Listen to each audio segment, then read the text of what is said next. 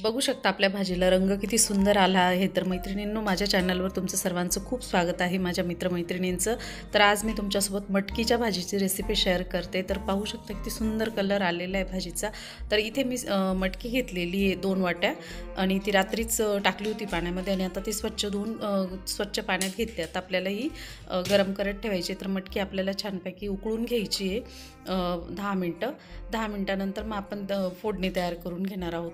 तर इथे मटकी मी झाकून ठेवली आहे. आता इथे आपण भाजीचा मसाला तयार करून घेणार आहोत. त्याच्यासाठी मी इथे 2 मोठे कांदे, खोबरं आणि लसूण छान भाजून घेतले. आता हे वाटण मी व्यवस्थित तयार करून घेते. तर हे मिक्सरच्या भांड्यात घेतले मी आणि वाटण तयार करून घेते. आता इथे आपली उसळ शिजली आहे छानपैकी आणि आता इथे आपण फोडणीची तयारी करणार आहोत. तर तीच कढई घेतली मी भाजी शिजलेली उसळ साईडला काढून पातेल्यामध्ये.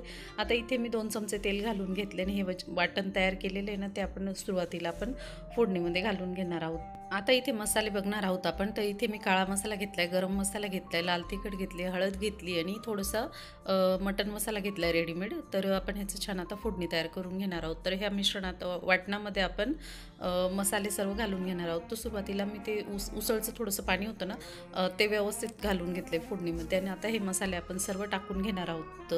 तर खूप सुंदर होती ही भाजी. एकदा करून पहा तुम्ही अशा माझ्या स्टाईल. माझे व्हिडिओ तुम्हाला आवडत असतील तर माझ्या चॅनलला लाईक, सबस्क्राईब, कमेंट, शेअर नक्की करा मैत्रिणींनो आणि व्हिडिओ पूर्ण पहा, स्किप न करता. तर आता आपण इथे ही छान फोडणी तयार करून घेत आहोत. तर बघू शकता तुम्ही आपल्या भाजीला रंग पण खूप छान आलेला आहे आणि मसाले आपल्याला तुम्ही तुमच्या आवडीनुसार घालू शकता. तर अजून मी थोडंसं इथे पाणी घेतलेलं आहे आपलं उसळचं आणि ते फोडणीमध्ये घालून घेतलेलं आहे. त्याच्याने भाजीची चव पण खूप छान येते आणि इथे मी 2 चमचे गव्हाचं पीठ घेतलेलं आहे. तर त्याच्यामुळे भाजीची चव आणि भाजीची थिकनेस पण खूप छान येते. तर अशा पद्धतीने एकदा करून बघा मैत्रिणींनो उसळ मटकीची. तर आता इथे मी जी आपली बॉईल केलेली उसळ आहे ना, ती घालून घेते.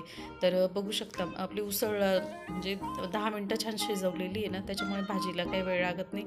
तर बघू शकता आता इथे आपण चवीनुसार मीठ घालून घेणार आहोत आणि आपल्याला 5 ते 10 मिनटं छान उकळून घ्यायची. तर इथे मीठ टाकल्यानंतर आपल्याला चमच्याने थोडंसं हलवून घ्यायचं आहे आणि आता इथे मी पूर्ण झाकण बंद नाही करत, तर वरून थोडंसं बंद केलेलं आहे. तर बघू शकता आपली भाजी किती सुंदर आलेली आणि चवीला पण तशीच भन्नाट आली मैत्रिणींनो. तर तुम्हाला माझ्या व्हिडिओज आवडत असतील तर माझ्या चॅनलला लाईक, सबस्क्राईब, कमेंट नक्की करा आणि असंच प्रेम आणि आशीर्वाद राहू द्या.